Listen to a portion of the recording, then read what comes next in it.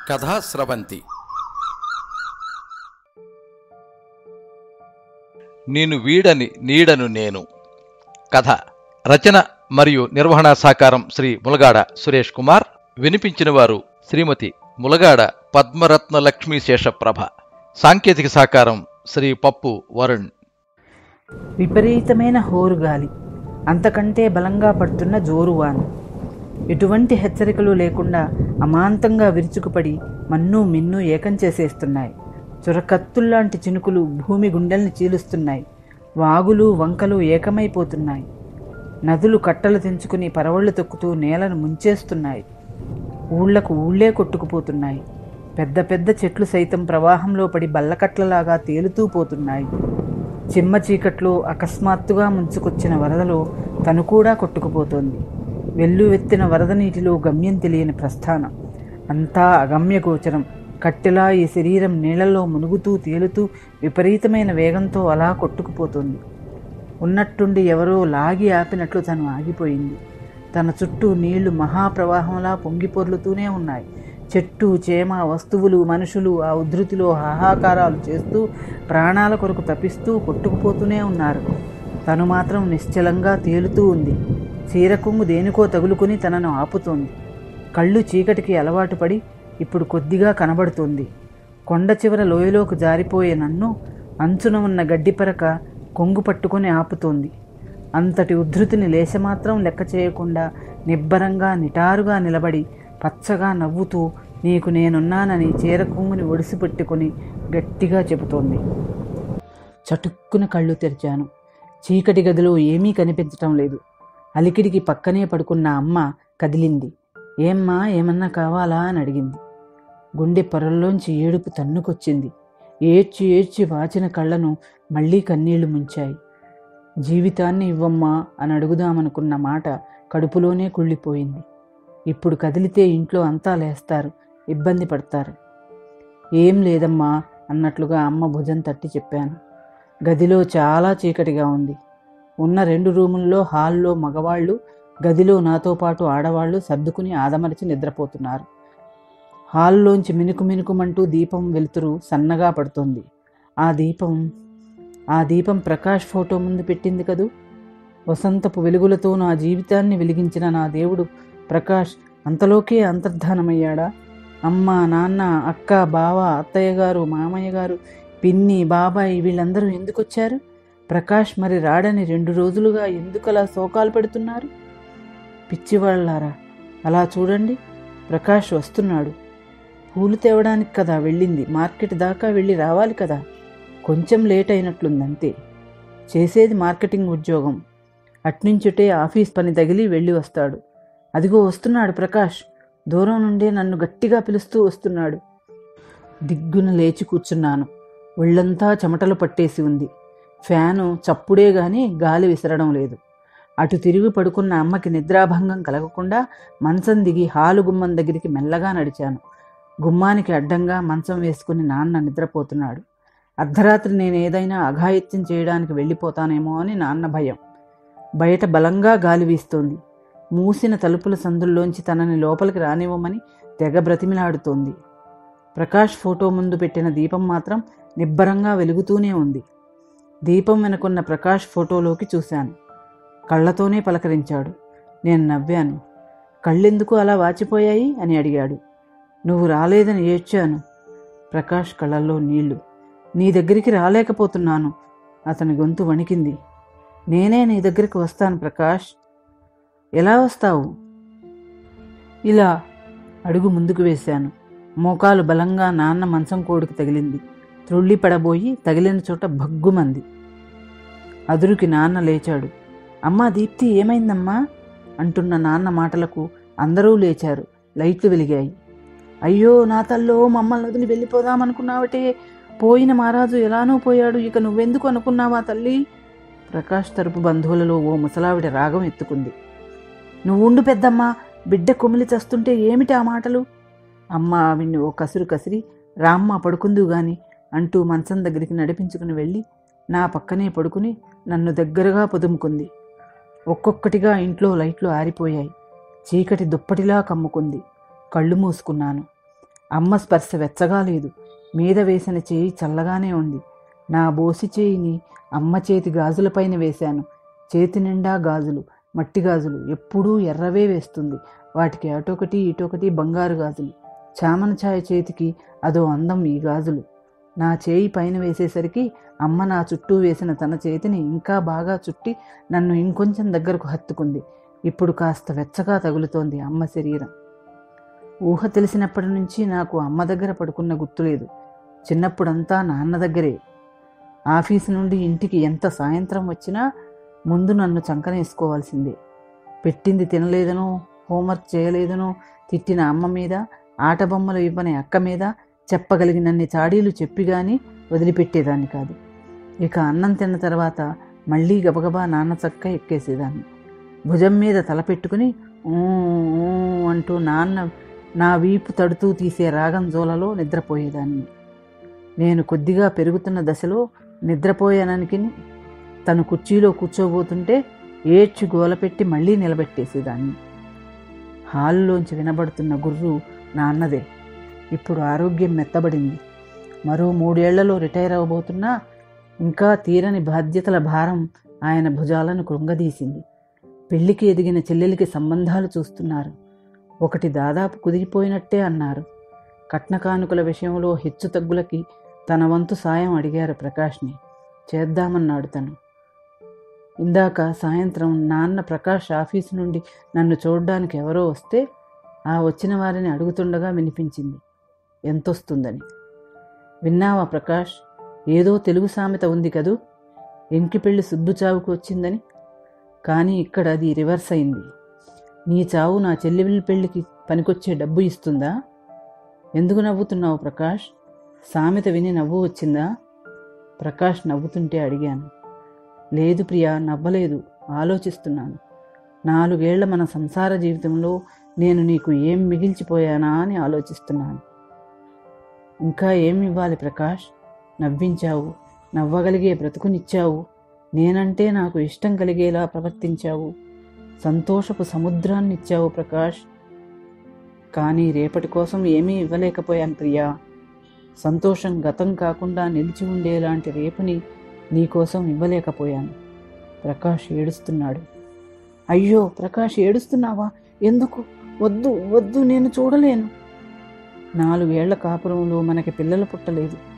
ఇంట్లో తారాడే నలుసు లేని బాధ కంట్లో నలుసులా నిత్యం బాధ పెడుతూనే ఉంది. నీకు నేను, నాకు నువ్వే లోకమనే ధ్యాసలో కాలాన్ని కరిగించేశాం. ఇప్పుడు నాదో లోకం, నీదో లోకం. అయ్యో అలా అనకు ప్రకాష్. చదువుకున్న నువ్వు ఉద్యోగం చేస్తానన్నా ఇద్దరికీ సరిపోయే ఉద్యోగం నేనే చేస్తానని చేసి ఇప్పుడు నీకు తీరని ద్రోహం చేశాను ప్రియా. నా అక్షరలక్ష్మికి ఆలంబన లేకుండా చేశాను ప్రకాష్.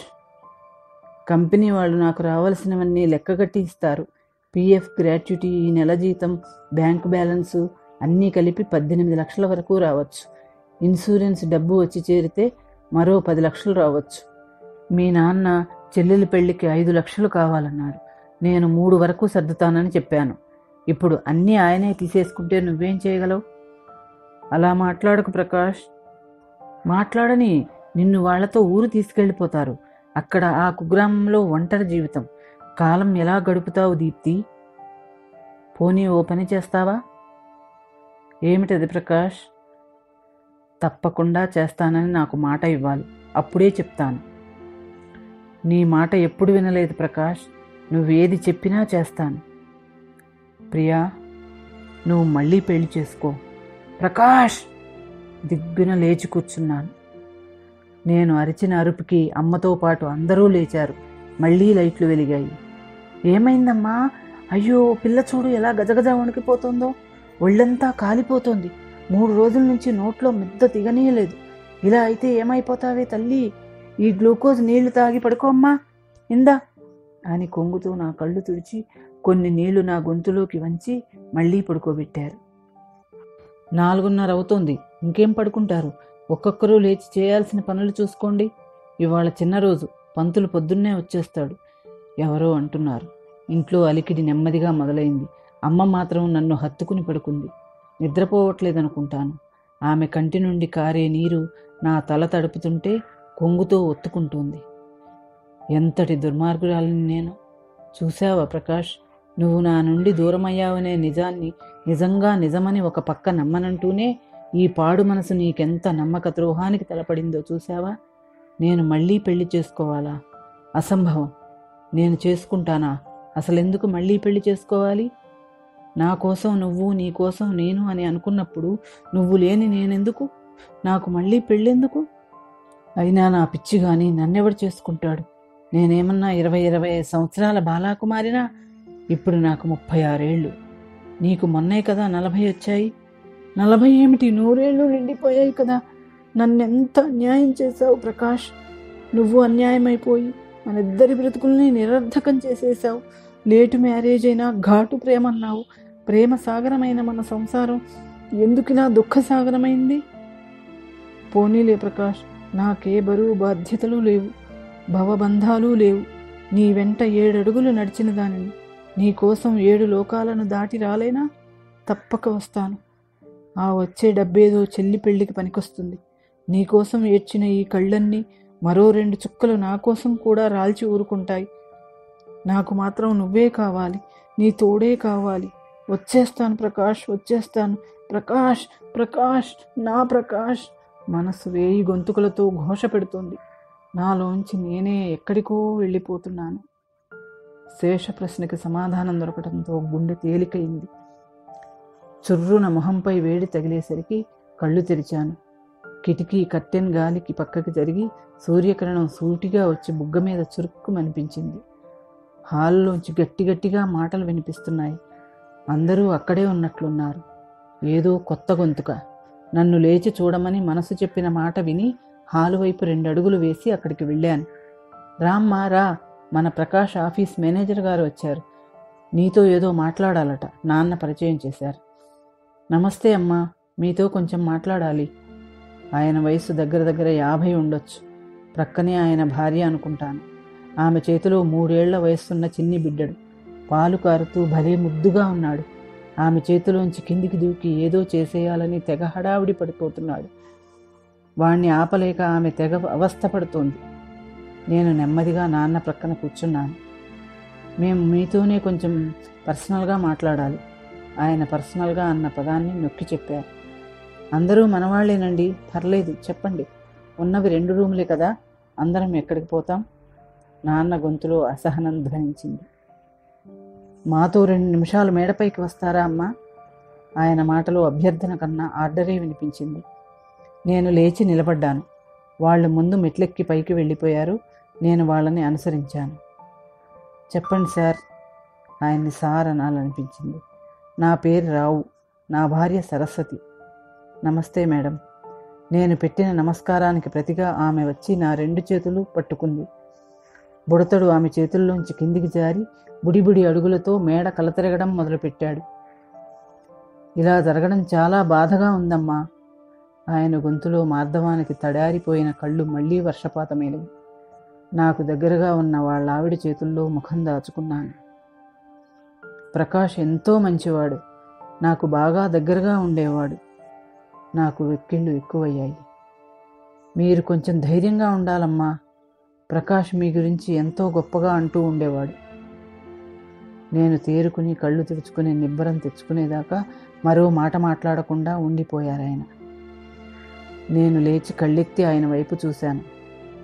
నీతో ఓ ముఖ్యమైన విషయం మాట్లాడదామని వచ్చానమ్మా. 2 నిమిషాల నిశ్శబ్దం తర్వాత,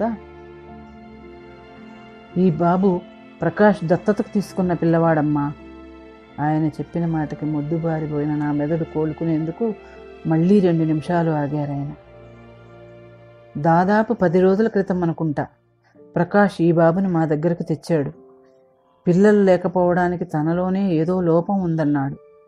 పేపర్లో ప్రభుత్వం ఇచ్చిన ప్రకటన చూసి బాబుని తెచ్చినప్పుడు ఈ బాబును తను నిన్ను ఒప్పించి తీసుకుని వచ్చేటప్పటికి ఎవరైనా తీసుకెళ్ళిపోతారేమోనని ముందే తీసుకొచ్చానని, నిన్ను మానసికంగా తయారు చేశాక వచ్చి తీసుకెళ్తానని, అంతగా అవసరం వస్తే ఈ పిల్లవాడు మా మునిమనవడని, వాణ్ణే మీరు దత్తత చేసుకుంటున్నారని నిన్ను ఒప్పించడం కోసం చెప్దామన్నాడు. ఇంతలో ఈ ఘోరం జరిగిపోయింది. నేను గత కొద్ది రోజులుగా ప్రకాష్ మాటిమాటికి పిల్లల ప్రస్తావన ఎందుకు తెచ్చేవాడో ఆలోచిస్తూ ఉండిపోయాను. ఉన్నత చదువు చదివిన మీకు మా కంపెనీ ప్రకాష్ ప్లేస్లో కాంపెన్సేటరీ పొజిషన్ ఇస్తుంది. అంత మాత్రం చేత ఈ బాధ్యతను నువ్వు తీసుకోవాలని చెప్పడానికి రాలేదు. అసలు ఈ విషయమే నీకు చెప్పకూడదని అనుకున్నాం. జరిగిన విషయం సంక్షేమ శాఖ వారికి తెలియచేసి వీడిని వాళ్ళకి తిరిగి ఇచ్చేద్దామని బయలుదేరాం. కానీ నీతో ఒక మాట చెప్పి నిర్ణయించడం మంచిదనిపించి ఇలా వచ్చాం. మళ్ళీ ఆయనే, పర్వాలేదమ్మా, బాగా ఆలోచించుకుని నిర్ణయించుకో. అందరినీ సంప్రదించిన తర్వాత మాకు ఏ సంగతి. ఆయన మాట పూర్తయ్యేలోగా బాబూ అంటూ ఒక్క ఉదుటిన వెళ్ళి ఎత్తుకున్నాను. గుండ్రటి మొహం, చక్రాల్లాంటి కళ్ళు, కొత్త పాతలోని తేడాల్ని వెతుక్కుంటున్నాడు. ఎర్రటి చిన్ని పెదవులు, ఒత్తు జుట్టు. బాబు స్పర్శ నాలో వింత జీవనోత్తేజాన్ని ఇస్తోంది. వాడి కళ్ళల్లోంచి వచ్చి పడుతున్న ప్రకాశం నా గుండెలోని చీకట్లను తరుముతున్నట్లు అనిపించింది. ఆ అనుభూతిని అనుభవిస్తూ వాడిని దగ్గరగా హత్తుకుని కళ్ళు మూసుకుని వాడి చిన్ని గుండెల మీద తలవాల్చాను. వాడు నా మెడ చుట్టూ చేతులేశాడు. వరద ఉద్ధృతిలో కొట్టుకుపోతున్న నన్ను నిబ్బరంగా నిటారుగా నిలబడిన గడ్డిపరక ఆపినట్లు అనిపించింది. సర్వే జనాః సుఖినో భవంతు. కథా స్రవంతి.